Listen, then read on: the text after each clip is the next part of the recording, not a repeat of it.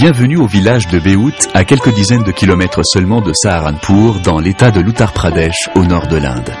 C'est dans ce petit bourg, au milieu de la forêt, qu'a élu domicile le dépôt gouvernemental de bois.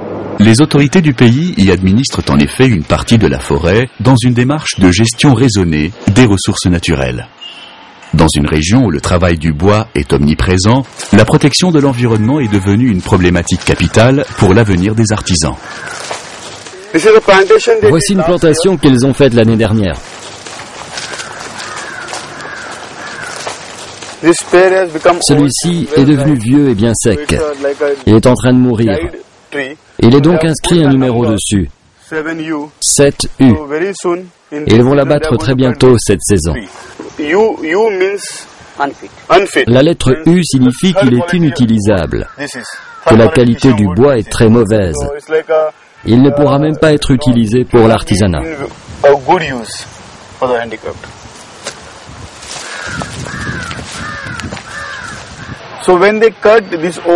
À chaque fois qu'ils coupent un arbre en fin de vie ou mort, ils plantent immédiatement un autre arbre à sa place. Sur une surface de plusieurs centaines de mètres carrés, les rangées de troncs empilés attendent les acheteurs potentiels.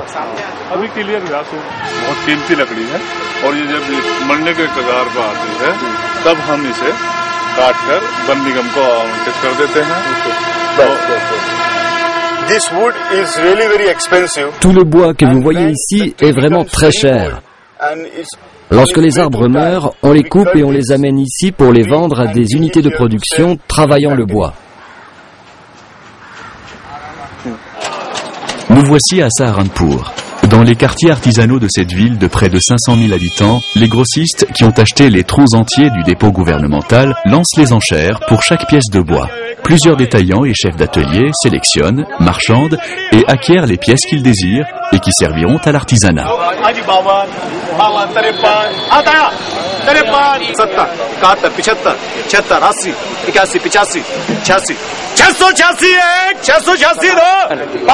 C'est ici que Shahnawaz, un des producteurs les plus anciens d'Asha Handicrafts, achète sa propre matière première.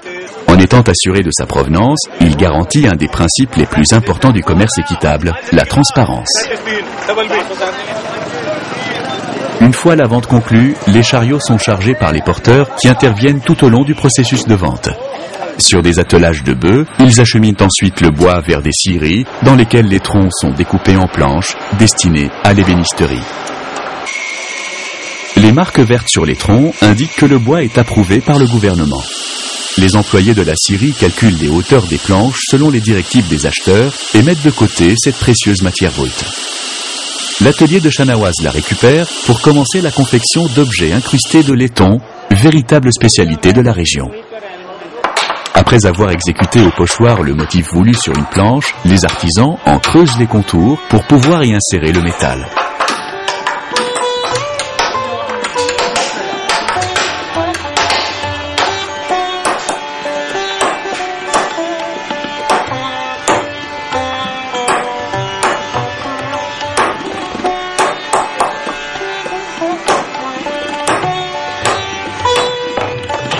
Les formes se dessinent petit à petit alors que l'on attaque déjà l'étape suivante, l'incrustation du laiton. À l'aide de leur marteau, ils introduisent les fils métalliques au cœur du bois. Tout le travail s'effectue avec décontraction, aisance et savoir-faire au rythme des coups de maillet.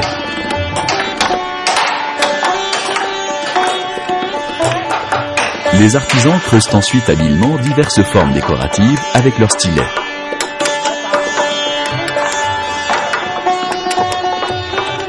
Après avoir enduit de colle ces petits réceptacles, les morceaux de laiton y sont insérés et on laisse les motifs floraux sécher avant d'attaquer les finitions. Les feuilles, fleurs et autres rosaces sont ainsi gravées pour un meilleur rendu. Au total, 4 artisans de l'atelier de Shahnawaz gravent une dizaine de planches de ce type par jour, d'une qualité irréprochable.